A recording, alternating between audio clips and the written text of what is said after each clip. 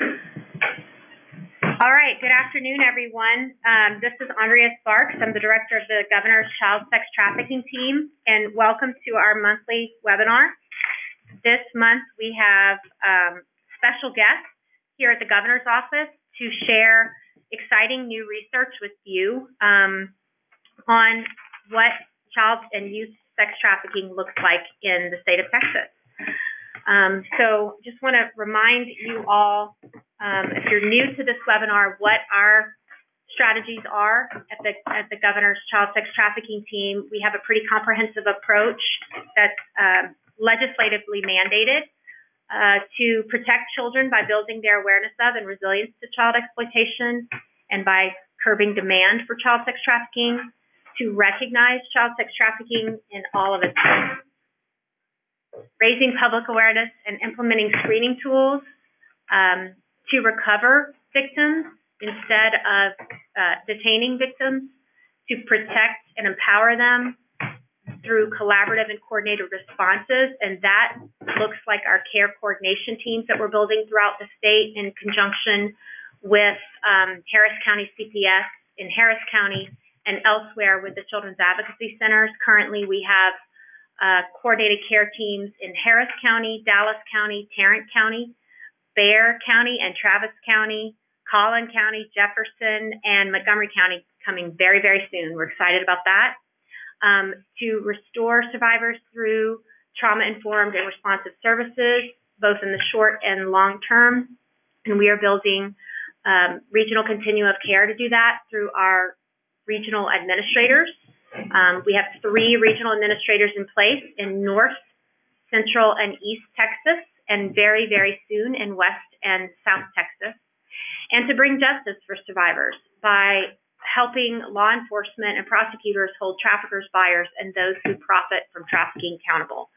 So this research is going to help us do all of these things by making us all more aware of the real issues out there, the trends, what these victims and survivors look like, and what we need to do to bring them justice. So without further ado, I want to introduce our team at the University of Texas, who is responsible for this research: Bruce Kellison, who is the principal investigator; Melissa Torres, who's the co-principal investigator; Matt Kammer-Kerwick, who's co-principal investigator; and Dixie Hairston, who's the research project manager.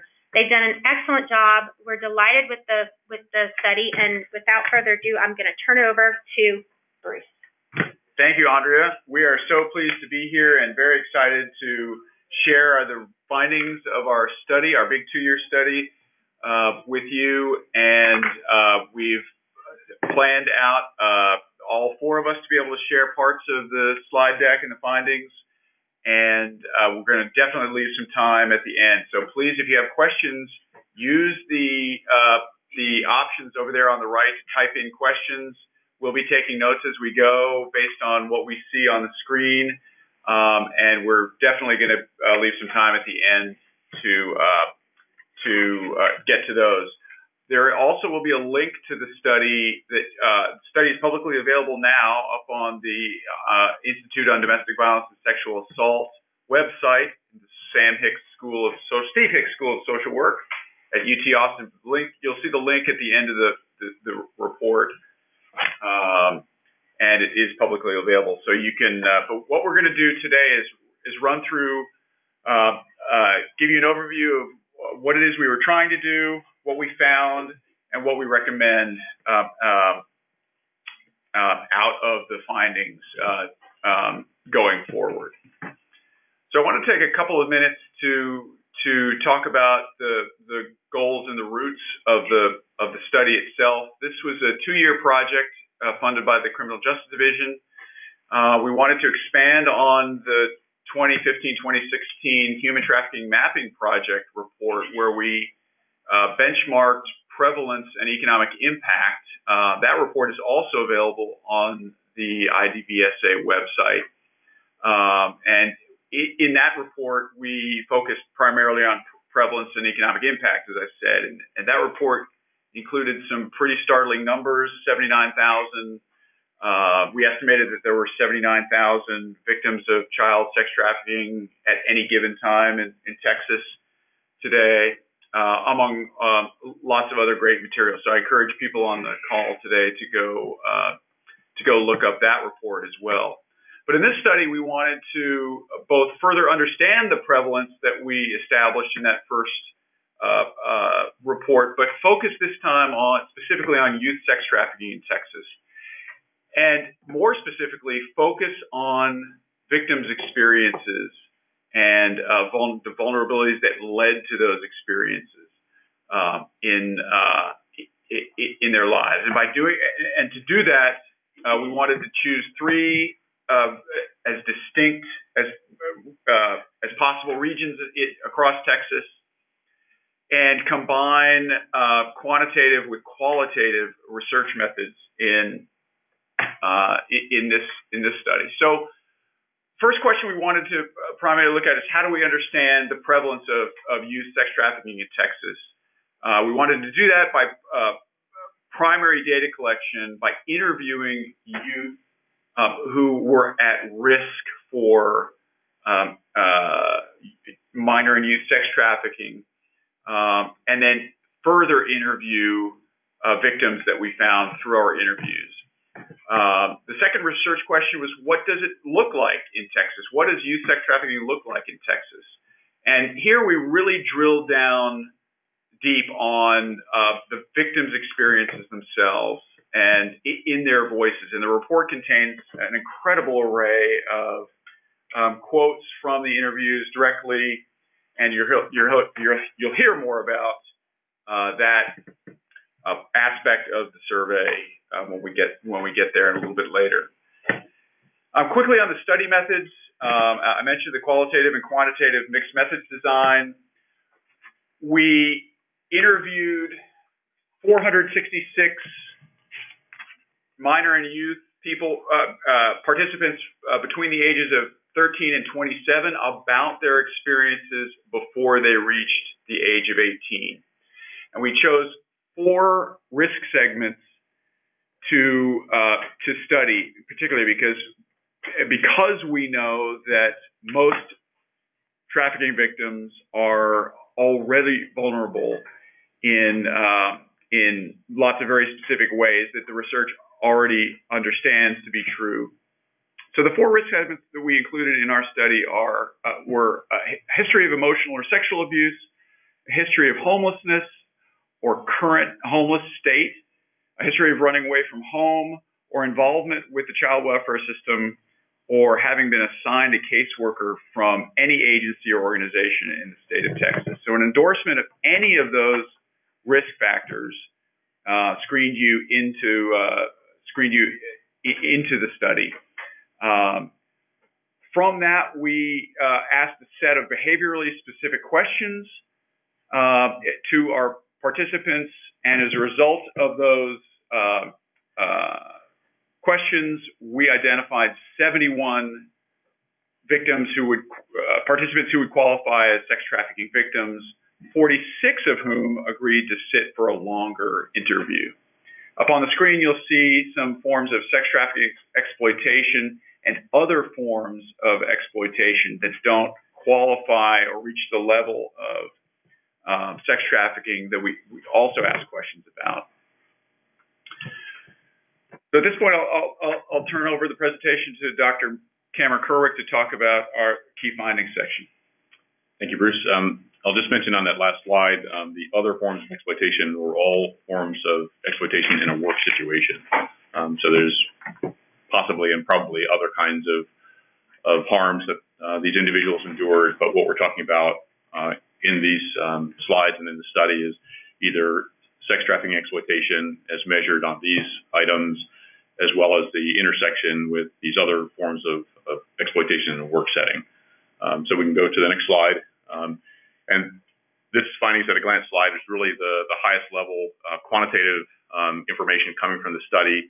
What we're showing is from our sample, the predicted level of victimization in the sample. And predicted just means that we're running this based on a statistical model. It's not a summary statistic, descriptive statistic from the sample, but we built basically a regression model to estimate victimization rates controlling for a number of factors in the sample, and that's what we show in this slide. I'll take a couple of minutes to walk through that. The first thing I want to point out is on the left hand of the slide, we have phase 1 from the literature number of 25%. It's denoted differently in the slide because it's not from our data. It's from prior research, a variety of sources, other studies, interviews that we did in the phase 1 effort that Bruce mentioned earlier, have come up with this sort of round number of 1 in 4 if, in terms of victimization rate, if you're talking about minors and youth in these at-risk circumstances that Bruce was talking about.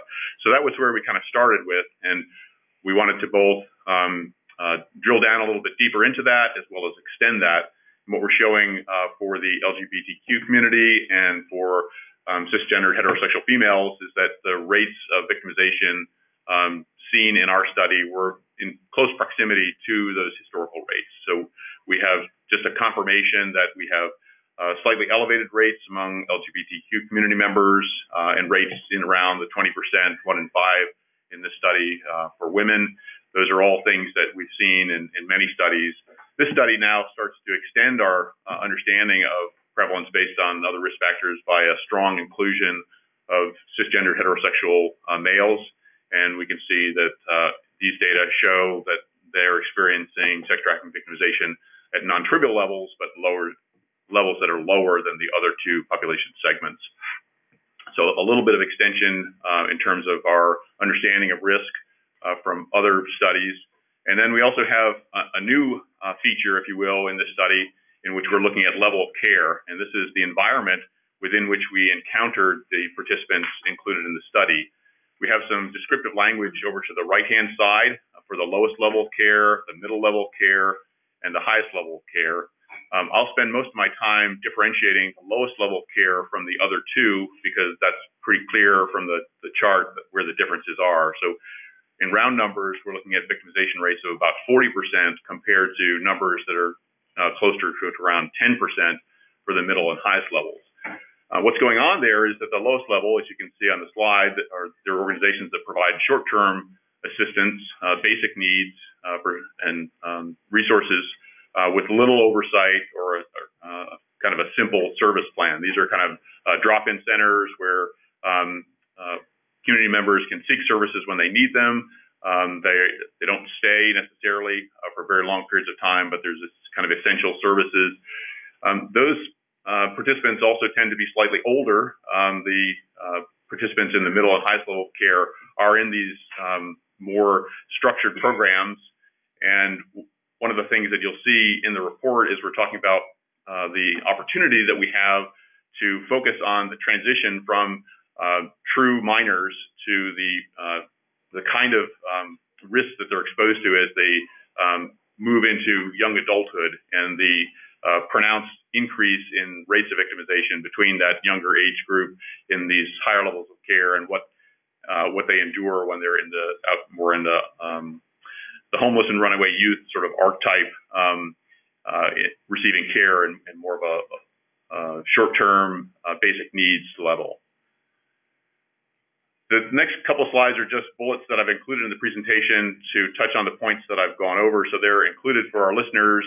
So if you have an ability to download these slides, so we'll move past this bullet and into the next graphic where I'll spend a few more minutes talking about now going beyond rates of victimization to extent of victimization. And we've got some more novel measures. I'll spend just a couple minutes on this slide before transitioning over to my last slide. We, of course, in the upper left-hand corner have percentages for those experiencing sex trafficking victimization. What we're highlighting here is the comparison of the recent victimization in the past year, that's in blue or teal, as it looks like on this screen, and that 33% is telling us that participants who experienced sex trafficking at some point in their life, a third of them have experienced it as recently as during this past year. And another strong comparison that I want to point out is that sex trafficking victims also experience these other forms of exploitation at very, very common rates. So about 83% of participants who had experienced sex trafficking also experienced one of those other forms of work-related exploitation, whether it's wage theft, whether it's of physical violence or other types of abuse. I think for the interest of time, I'll focus on the green slide on the bottom left. That's the percent of time in which participants who have been victimized found themselves in that circumstance. So there's a period of time after the first occurrence where they continue to endure life with these different behaviors in it, and you can see that for sex trafficking behaviors, that's about 35%. It's about the same 37% for other forms of exploitation. And so what our study is doing is really trying to reveal the extent to which participants, once in this type of victimization state, are enduring those behaviors. So it's not 100%, but it's also not a tiny number either. It's about a third of their time is being spent in these circumstances of exploitation and victimization. I think in the interest of time, I'll move to the next graph. I have a bullet slide for your review afterwards, but the next graph that I'll talk about is some information that we have from the sample about the kinds of work experiences that our participants were engaged in. And what we have is blue lines for people who have been determined in the survey to be victims of sex trafficking, and we're comparing those against the work experiences of those in the sample who hadn't been victimized in the context of sex trafficking. And the graph is sorted in order, descending order, by the rate of endorsement by sex trafficking victims, and then comparing that with non-victimization rates. And so you can see at the top, for example, the top two types of jobs that sex trafficking victims talked about include both ones that make a lot of sense, commercial sex being the top one, but numerically tied with babysitting. So the point here is that there's a lot of complexity, and what we have is a situation where victimization can accompany someone's life, both in situations that we would typically think of as high-risk work, as well as individuals who've had other types of more normal, everyday type of jobs. And I think this is a good point to just transition to Dixie to talk about the second half of the study, where we're going to move on and talk about the qualitative data from the life experiences survey. Hi there, good afternoon. So this slide demonstrates a concept map that came out of the qualitative data from the 46 interviews that we did. And just as a reminder, these were in-depth interviews where we asked specific as well as open-ended questions about participants' particular experiences with exploitation. They typically lasted from anywhere from 30 minutes to an hour and a half, so it was a pretty significant amount of time that each participant gave to us from their lives. So this concept map draws from research on human behavior and the social environment, as well as socio-ecological theories, and different research on recruitment and grooming strategies that are employed by traffickers. As you can see, a lot of these are will be very familiar to anyone that's working out in the field or comes into contact with vulnerable youth in different sorts of ways. So as you can see, this looks at the complexities of trafficking victimization, as well as tries to take into consideration what points within this cycle that service providers, law enforcement, different policy efforts intersect with youth, and what part of the cycle they're in when those intersections occur. So you can go to the next slide. So looking specifically at the top portion of the slide, you can see that an individual experiences vulnerability factors.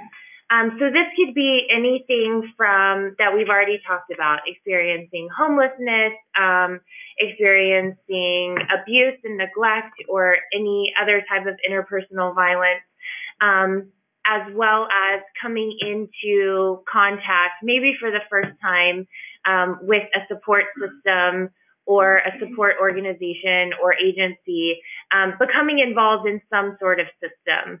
So you can see there's a cycle there at the top that the individual enters. And while some forms of exploitation may already be occurring, what we're demonstrating here is that the commercial sexual exploitation or sex trafficking has not occurred yet.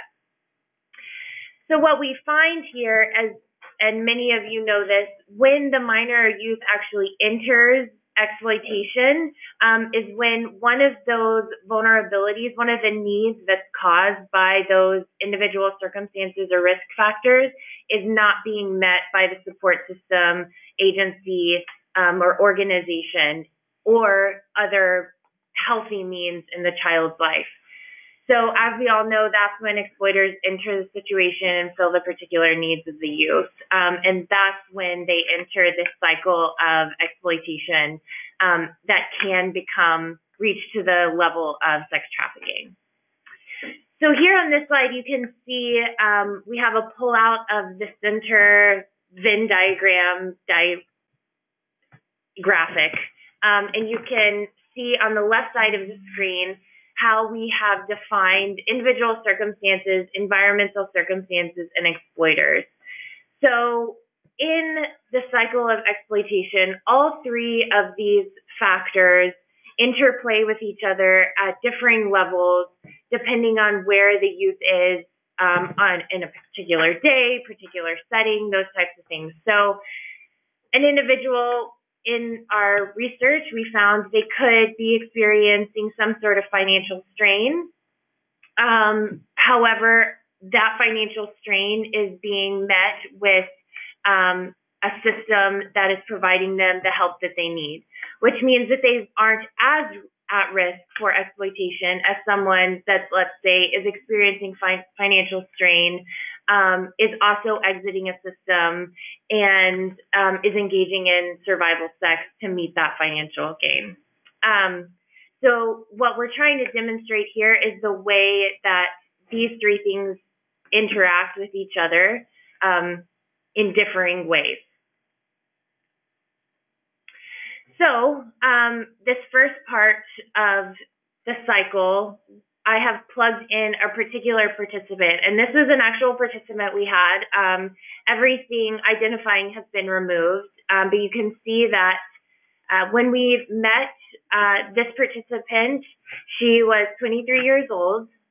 She talked about a history of violence and trauma, as well as being involved in the healthcare system and the child welfare system. Her victimization, as you can see, started at 16 years old, and she was in the foster care system for 2 years as a minor. Now, she didn't talk a lot about her experience in the foster care system.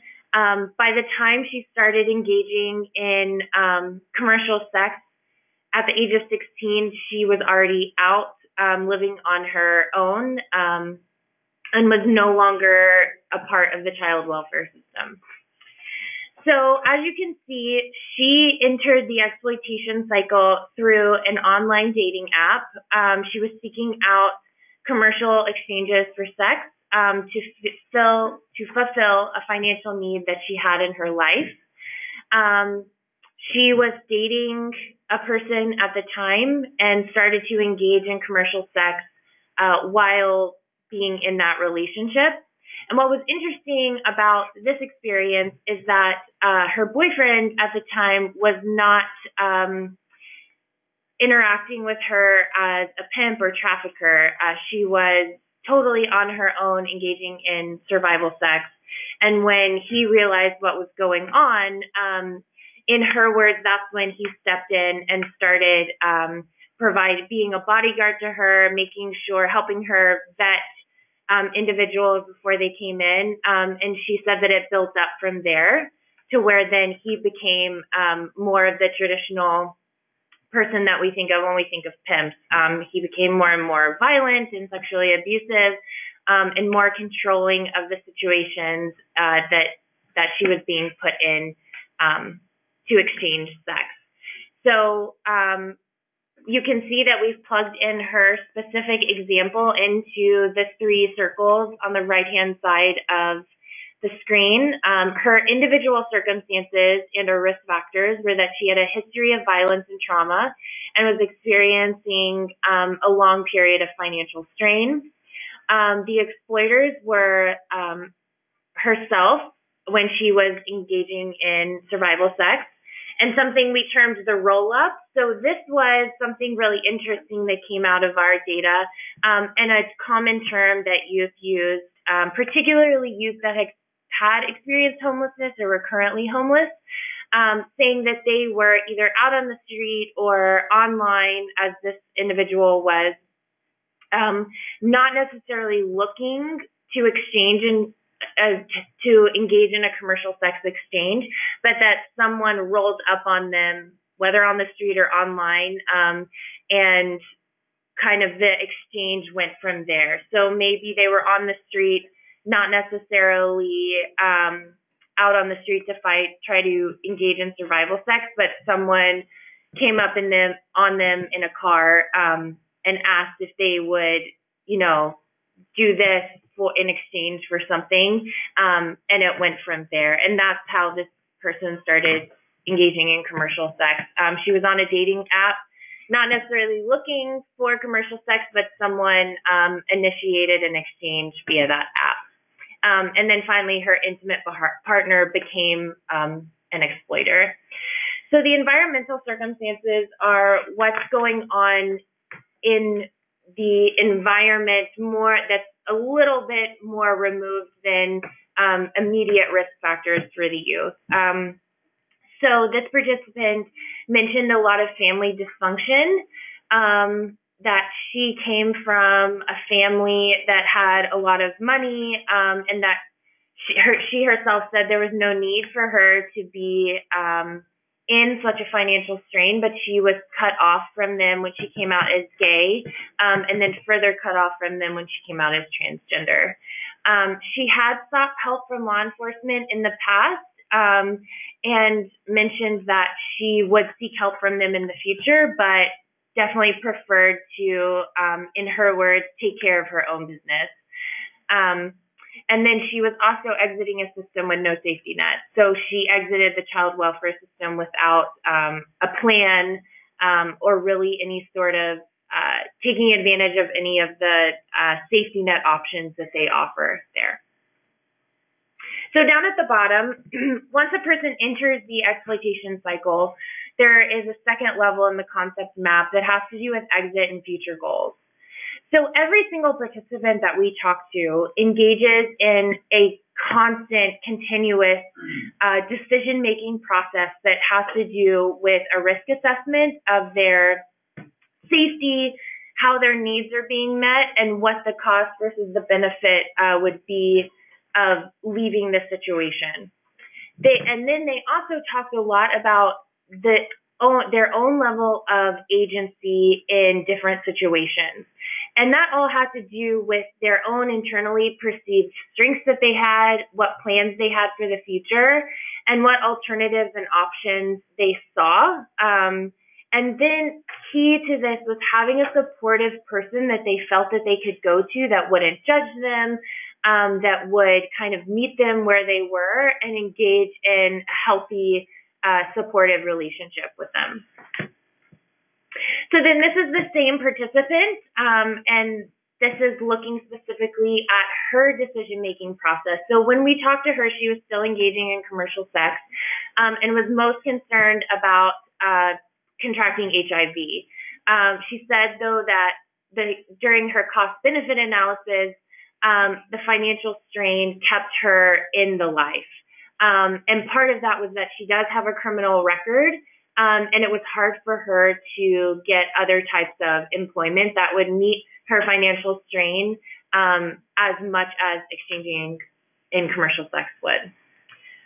So her personal agency, this was a really interesting interview in that over time, this participant was really able to define for us how she found her own agency in these situations, and what she did to protect herself and the other people that were close to her in these situations. She does have a lot of goals for the future, including opening a shelter and working with youth who are transgender. She wants to open a boutique and a salon and also become a lawyer. So all of those she was able to tell us about, and knew that what she was doing was sort of like a means to an end to get there.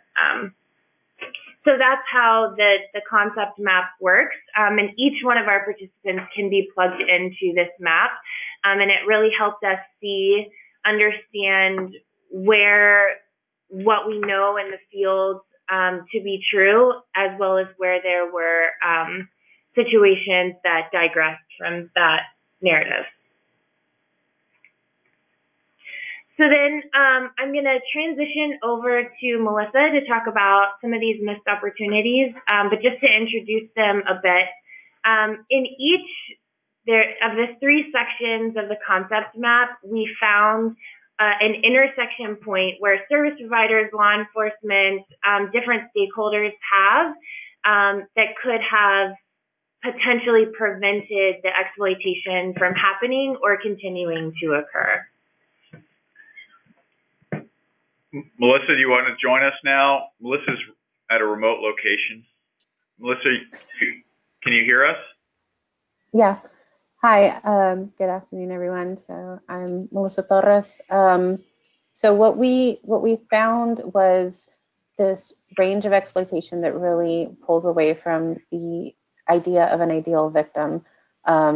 And we'll go into that a little bit. And during that entire range and during this life cycle of exploitation, there's a lot of different times where there could have been some kind of intervention or interception of preventing or stopping any kind of exploitation that was happening in the life of these minors and youth.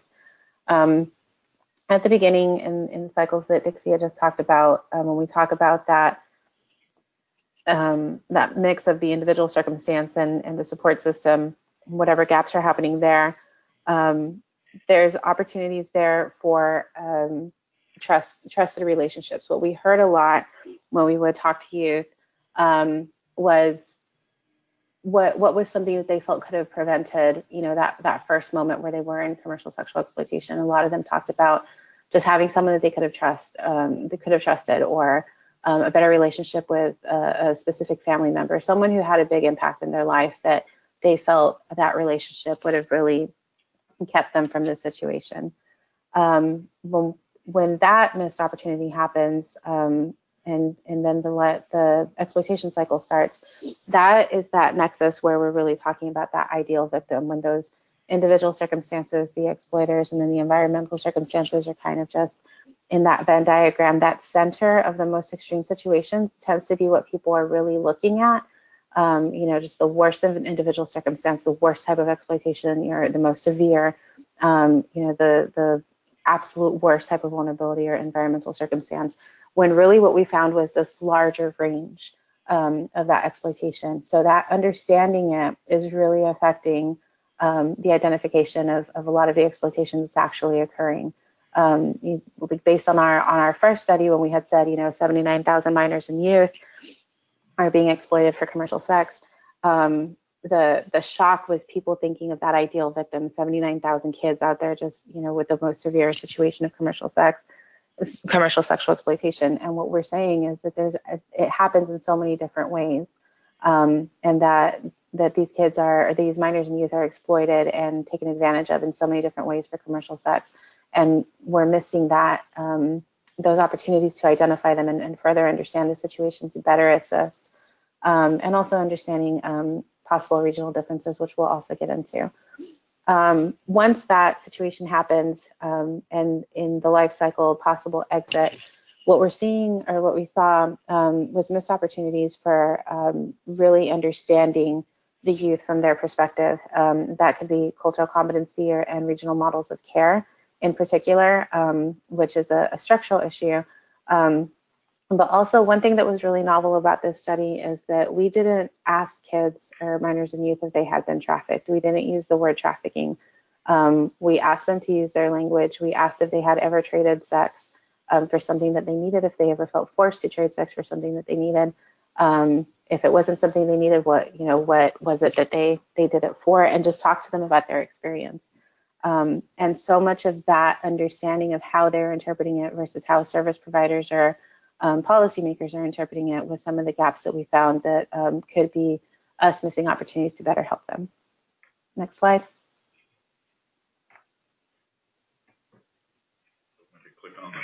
Yeah, there we go. So because of those missed opportunities, what we really wanted to focus on was recommendations and how we can meet them. So as we said, before, when those trusted relationships is before entering the exploitation. So for prevention, what we wanted to recommend was healthy relationship education for the youth, and specifically working with kids who have presented these types of risks and vulnerabilities in their past, like the sectors that we have looked at. And then training on trusted relationships for professionals in the field. So it's not just, family or a friend. It was also a lot of times, a lot of them had talked about a case manager that they had worked with, or a teacher, a service provider somewhere where they were receiving services that they really trusted. But it was always just someone that they felt that they could be themselves with and would not be judged, and could tell them things. So it's either, having that trusted relationship to where they feel they have someone they can depend on and then are not forced into or exploited for their vulnerability, or if it is happening, someone that they trusted enough to talk to about it that could identify that situation. So also training professionals in the field to acknowledge that. For early intervention in those cases where it has already occurred, something that we heard a lot about from youth was, and we'll go into this in regional differences as well, is family being included in their services. A lot of times the issues that caused them into these vulnerable stages were problems with the family. And family, by the way, we want to say it isn't a nuclear family, not talking about mom and dad, brothers and sisters, but however they identified family for them. It could have been another kin, a foster family, whatever they felt was the family that they were growing with, that they had talked about needing that situation. If there was abuse there, if there was lack of employment, their situation wasn't going to go away as long as other things were happening in their family. So we recommended including family in those services, and also having a type of family navigator, or someone who could help and work with the family to meet those intersecting types of needs in service provision. When it came to intervention, and we had talked about in that life cycle, kind of exiting the system and intervening to help them leave that situation, cultural competency for service providers is one of the strongest recommendations we wanted to make, but also for anyone who would come in contact with youth who have been exploited or might be exploited. Again, we didn't go out doing the study looking only for victims and survivors of child sexual exploitation. We looked at risk sectors and assessed from there how many, well, not so much prevalence, but what it was looking like for those who had actually come forward and screened through to say that they had been exploited. So in talking to them and not using trafficking language or any kind of other language that might be used in the field, but just letting them talk to us, there was just different understandings of even what their risks were or of what they needed. So for example, one of the questions that we asked every one of them is if they had a history of abuse, since it was one of our screening prerequisites. And so many of them said no, but yet when we talked to them in the interview, they talked to us about violence and abuse that they had seen and experienced. But they didn't use that language for themselves, or they didn't identify that way. For regional understandings that I had mentioned earlier, we noticed a lot of the minors and youth, the only minors and youth who actually requested family services and that family be included were from the Rio Grande Valley. So we believe there is a cultural aspect to that. There are cultural values in the Latino community, and one of them is familismo, where family and decisions for an individual include the family. So understanding those needs and incorporating that into services is really vital. Overall, again, the biggest finding that I feel a lot of us in the field know, but that came out from this study, is that range of exploitation, is that sex trafficking, commercial sexual exploitation doesn't look like what everyone immediately thinks of and comes to the forefront of our minds when we talk about it. And that kind of training and understanding is needed. We worked with service providers across different fields, working with the at-risk sectors. We didn't go to specifically trafficking organizations. So that training overall, we identified all these kids that the majority of them hadn't been identified before as victims of child sexual exploitation. And so they're going without being identified because we don't understand that range of what's happening and what their what they're experiencing, or we're not listening to it in the same way because we have our own preconceived notions or language for it.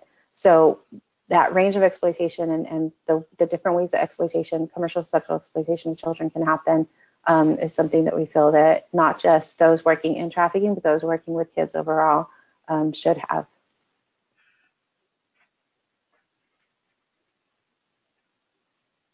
So this gives a little bit more information on what I had just talked about.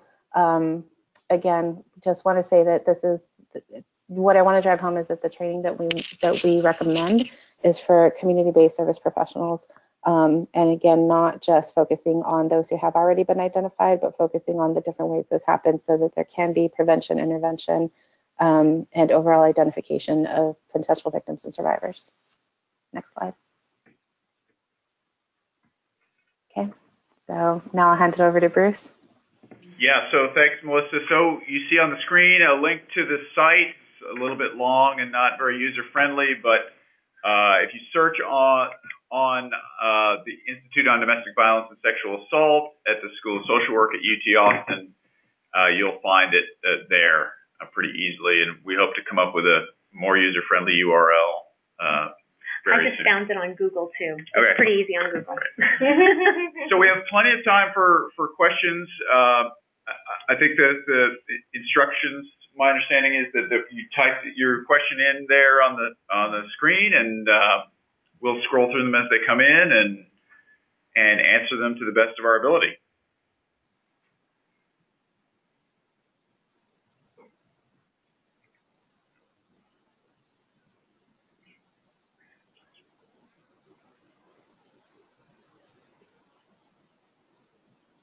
Okay, here comes one. George can help us see it. Okay. Would you know of how many of your respondents were in RTCs versus TJJD, the Texas Juvenile Justice Department? 17% of the 466 respondents had what your study called a high level of care in residential or lockdown facility. I guess they're looking at your sample. Yeah, so we had no long-term residential facilities because the idea of the study was to meet minors from the at-risk groups in their element and then ask behaviorally specific exploitation questions. So we looked at 2 transitional living programs where youth had not been identified. It wasn't specifically for youth that have been identified as victims of commercial sexual exploitation. And we went into 3 TJJD facilities. So are there, the next question is, are there recommended community education programs you have in mind? This is Andrea Sparks, the governor's office. We have some that we are currently piloting, and we have actually a grant review process going on right now to score some grants that propose to provide those in the schools. But I don't think the study recommended any particular. We just recommended a direction, and it's very nice that you have an evaluation going underway to evaluate some programs. We know they're needed. So the next question was about cultural competency being one of the greatest needs. Is that beginning to take place? Melissa, is that a question you could answer for us? What was the question itself? You mentioned that cultural competency was one of the greatest needs that we found in the interviews. Is that beginning to take place, was the question. I don't believe there's anything structured that is occurring. I know that there is a need in speaking to service providers and also myself working in cultural competency and service provision have heard this from some of the victims and survivors themselves. But nothing structured has occurred that I know of. That same person has a follow-up question. If not, would you be open? And if not, would you be open to one that has been developed already? Yes, we would be. Go ahead and send that to cSTT@gov.texas.gov, and we will take all of your recommendations into consideration. So there's a question up at the top, there about all areas are being addressed except West Texas. Is that being addressed or advocates being developed there? Is that more of a question for CSTT? Yeah, we are hiring a West Texas Regional Administrator. We've already done some work there. We've already funded some programs there, including an advocacy case management program and a transitional housing program for victims in Lubbock. And we expect to fund more very, very soon. As I said, we are hiring in West Texas, and we are reviewing grants currently that include grants for West Texas programs. So the next question is, how many of these youth encountered first responders? I don't have that exact number in front of me. We asked if they had ever sought help from a healthcare clinic or law enforcement during the time that they were being exploited. So we have that percentage in the study. I don't have it in front of me. I apologize, but I can follow up with that. I would say that, so the next part is curious to know if there is a need for EMS to help identify trafficking victims. And I would say yes, absolutely. The more people, but I would also echo what Dr. Torres said in that there's a need to identify the range of exploitation. So when EMS encounters these individuals, just understanding that there's a wide range of risk factors that that could indicate types of exploitation. I thought just to add on to that, Dixie, I thought that this might be a good opportunity to talk about attitudes you found toward police, EMS, and fire, and first responders. It was kind of a mixed reaction. It was mixed. So we specifically asked about law enforcement. So we can't really say how the particular participant defined law enforcement, whether they were including EMS and fire in that. So I don't want to, I would just say we have attitudes about law enforcement in general. Dr. Torres, were you going to say something? No, but I can if you'd like me to. Oh, no, I thought I heard you say something. Yeah, so also healthcare. Yes, we have just attitudes about law enforcement and whether they sought help from healthcare. Yes, so seeking help from healthcare. That's right. But lots of great detail in the qualitative section of the report. There's interview after interview contains specific reference to very specific circumstances.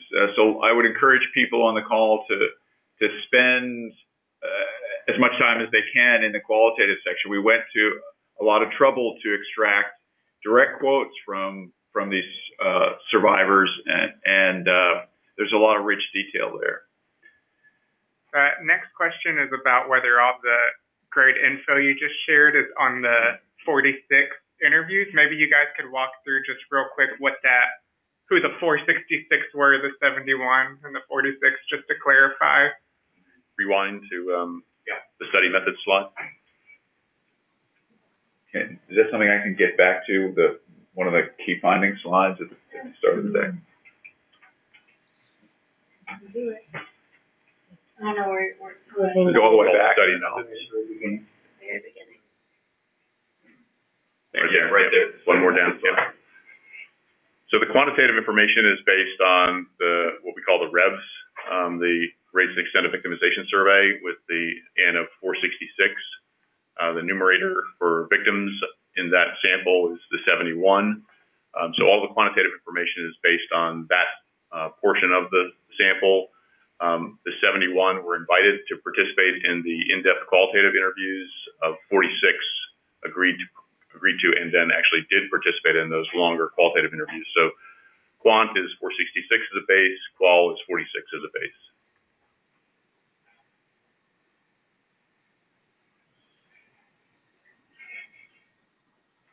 Answer that. Yes. The next question is, did you hear anything from the qualitative answers about the youth experience with healthcare providers? So we had two particular questions, and unfortunately they didn't go into a lot of detail, but the first question was, have you ever sought help? And where you asked if you might have been a victim of trafficking, while you were seeking help from that healthcare provider. We also asked about different services that they may or may not have received from healthcare providers, all of which is included in the report. But typically what we found is that if a person had sought healthcare at all, which was a low percentage, they typically had not been asked if they were trafficked. So while Matt looks up the male versus female number in the study, I assume that's what he's doing. Let's take a question below that one.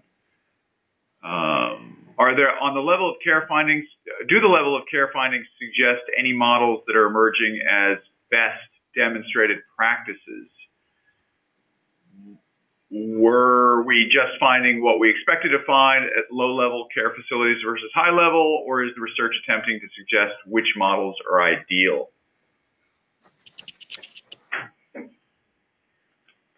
Yeah, I don't think that we're attempting to, the study is not attempting to suggest which models are ideal.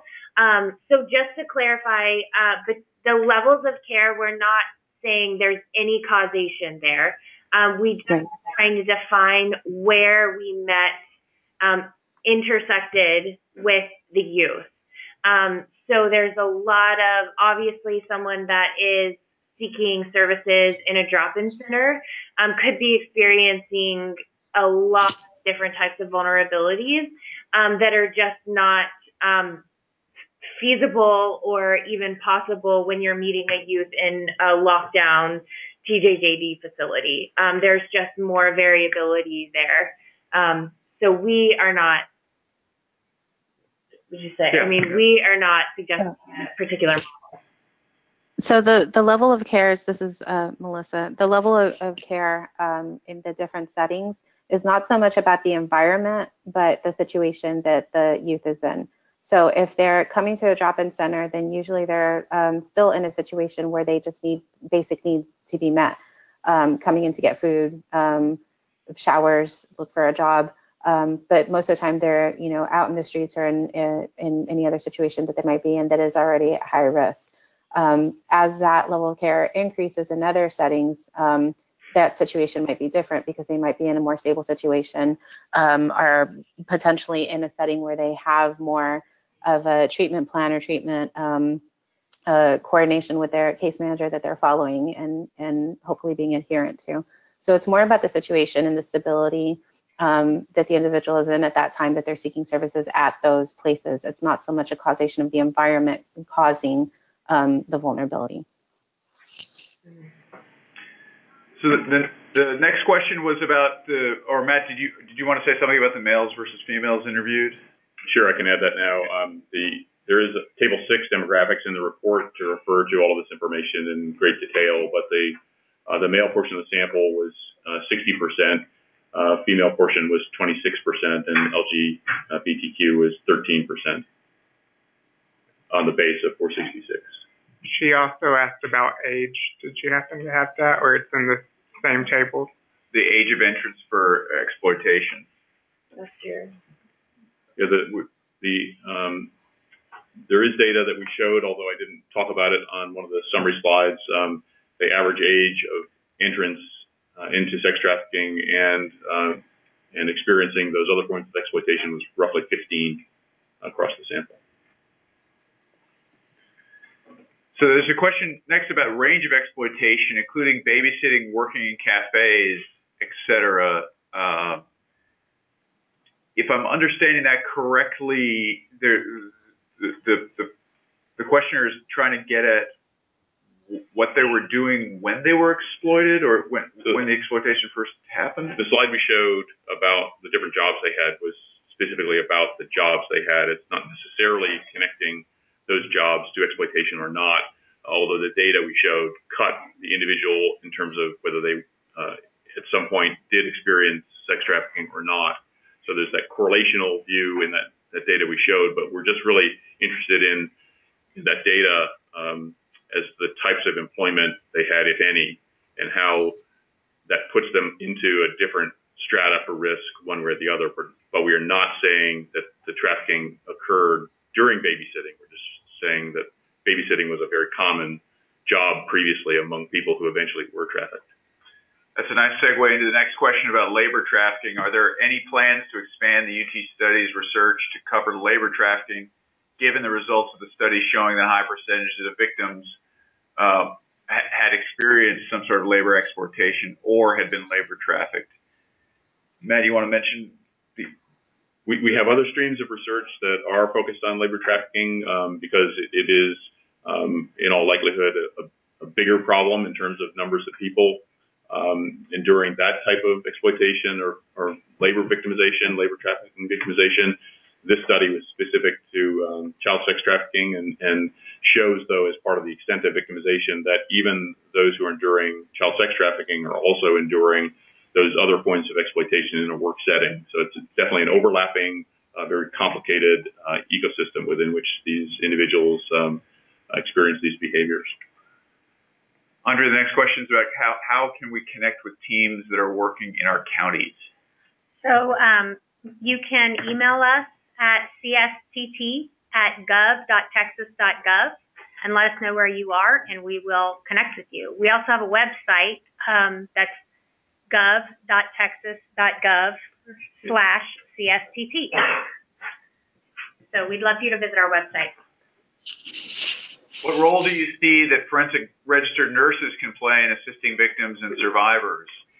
What was the study design used to collect your data? It was a little late and it may have been missed. Oh, I was a little late and may have been missed. So, you want to talk about the dank survey that we based our model, our questionnaire on? Actually, the viewers probably can see the slide that's underneath the question box, and the report has very specific articulation of those behaviors that we asked about in the survey. But these form the basis of the questioning about the experiences they've endured, covering both sex trafficking and other forms of exploitation. The 5 listed there for sex trafficking and the 4 listed for other forms of exploitation.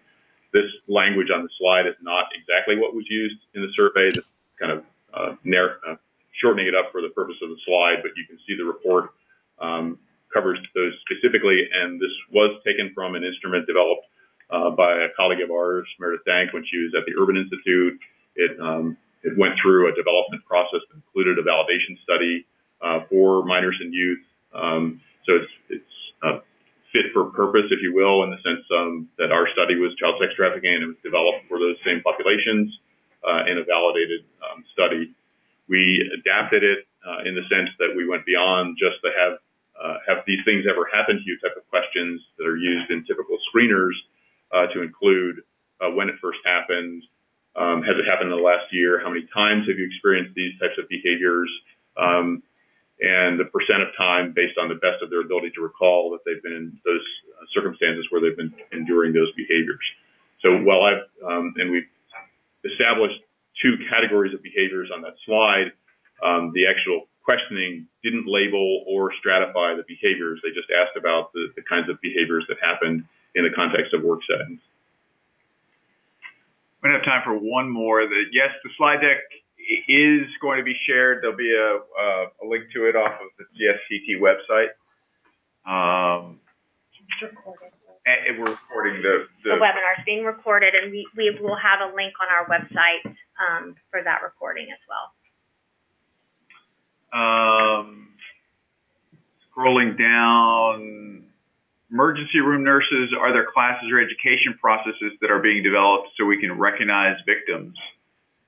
Yeah, absolutely. There are several training programs out for nurses, and to follow up on the forensic nursing question as well, there are several trainings out there specifically for like health clinics, for forensic nursing, as well as for hospitals and emergency rooms that we can somehow include or provide as resources. Those are out there. Dr. Torres actually worked on one healthcare training I know from the federal level. So those are out there. Could you restate the website find the slide deck seminar. It'll be at gov.texas.gov/CSTT. You can email it. And we can also, actually, it's a great idea. We will email it to everyone participating today.